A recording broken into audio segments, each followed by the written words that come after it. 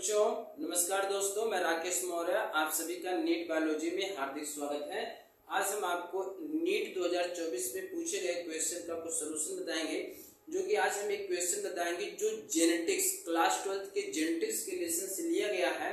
और जेनेटिक्स में एक टॉपिक है मोनोहाइब्रिड क्रॉस, एक गुण संकरण, या उसे कहते हैं वन जीन इनहेरिटेंस, एक जीन की वंशागति से लिया गया है। और एक जीन की वंशागति के द्वारा एक नियम हमें मिलता है जिसको बोलते हैं लॉ ऑफ डोमिनेंस, प्रभाविता का नियम। यह लॉ ऑफ डोमिनेंस जो है मेंडल्स के द्वारा दिया गया नियम है, तो इसलिए इसको मेंडल्स का लॉ ऑफ डोमिनेंस बोलते हैं, मेंडल का प्रभाविता का नियम है।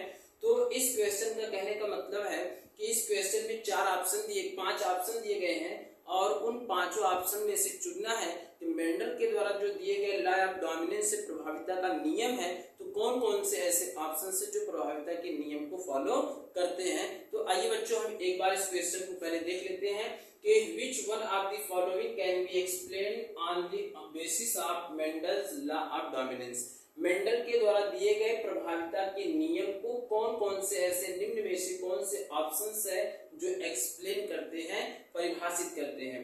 तो हम देख लेते हैं इसके ऑप्शंस को।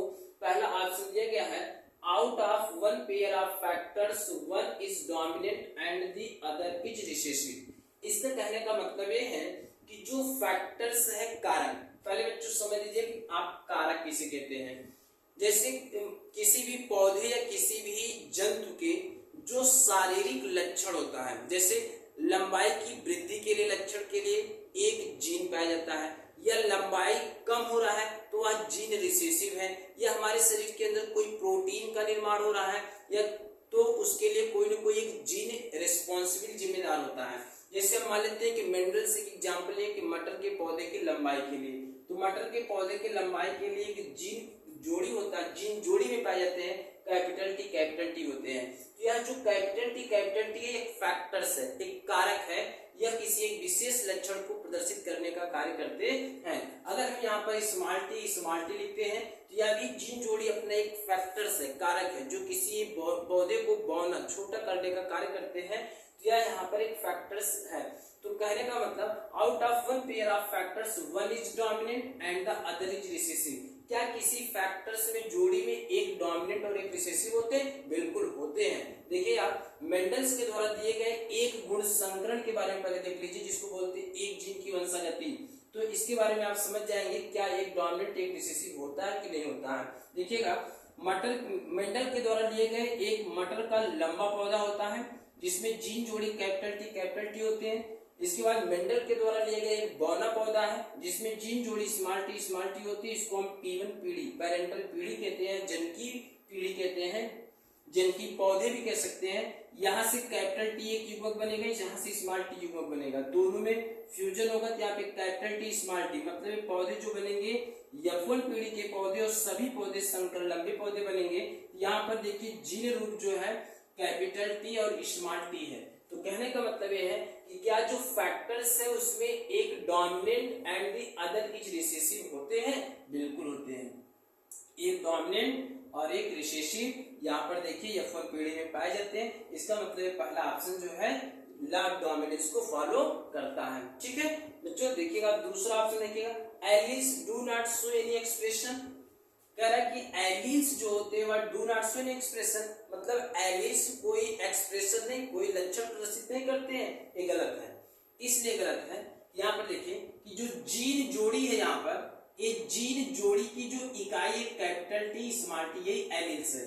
तो जो एलिस है, अब यहाँ पर ये एलिस डोमिनेंट लक्षण को प्रदर्शित करता है, ये वाला एलिस पौधे को बौने लक्षण को प्रदर्शित करता है। तो एलिस अपना एक्सप्रेशन करता है, लेकिन ये कह रहा कि do not show any expression, मतलब ये गलत है, ये ऑप्शन ही गलत है। तो बी वाला लॉ ऑफ डोमिनेंस को फॉलो नहीं करता है।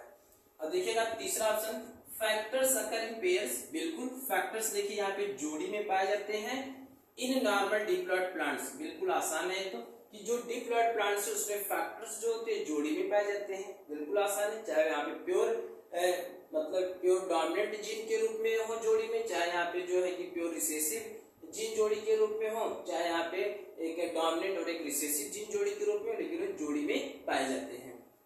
नेक्स्ट ऑप्शन है the discrete unit controlling a particular character is called factor. कहने का मतलब डिस्क्रीट यूनिट का मतलब क्या है, जैसे देखिए यहाँ पे डोमिनेंट एलिल्स है, यहाँ पर एक रिसेसिव एलिल्स है, तो यह एलिल्स और यह एलिल्स दोनों एक दूसरे से अलग हो सकते हैं, सेपरेट हो सकते हैं।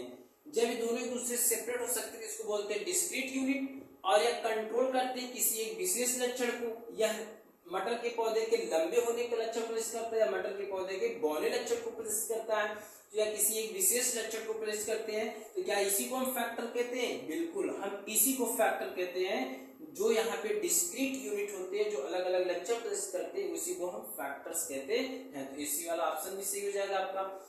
और नेक्स्ट ऑप्शन देखिएगा, the expression of only one of the parental character is found in A monohybrid class. कहने का मतलब ये है कि यहाँ पर जो पैरेंटल कैरेक्टर्स है, मतलब जनकीय लक्षण है, क्या केवल मतलब एक लक्षण प्रदर्शित होता है?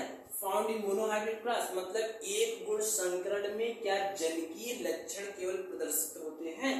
तो यहाँ पर निश्चित रूप से दिया गया है कि जनकीय लक्षण प्रदर्शित होते हैं। देखिएगा, जैसे यहाँ पे F1 पीढ़ी बना था, यहाँ पे सेल्फिंग करा देते हैं, स्वपरागण हो जाता है। स्वपरागण होता है तो यहाँ पे शुद्ध लंबा, यहाँ पर भी शुद्ध लंबा, कैपिटल टी, यहाँ पे कैपिटल टी, जनकी जैसा लक्षण प्रदर्शित होता है। यहाँ पर देखिए बौना पौधा स्मॉल टी, यहाँ पे स्मॉल टी शुद्ध बौना पौधा लक्षण अपना प्रदर्शित करता है। तो इस तरीके से एक गुण संकरण में पैरेंटल कैरेक्टर्स में जनकीय लक्षण भी प्रदर्शित होते हैं। तो ये एक्सप्लेन करता है, ये भी सही है। तो कहने का मतलब ये है, यहाँ पर अब दिया गया कि choose the correct answer from the options given below, मतलब नीचे ऑप्शंस दिए गए, इसमें कौन सा ऑप्शन सही है?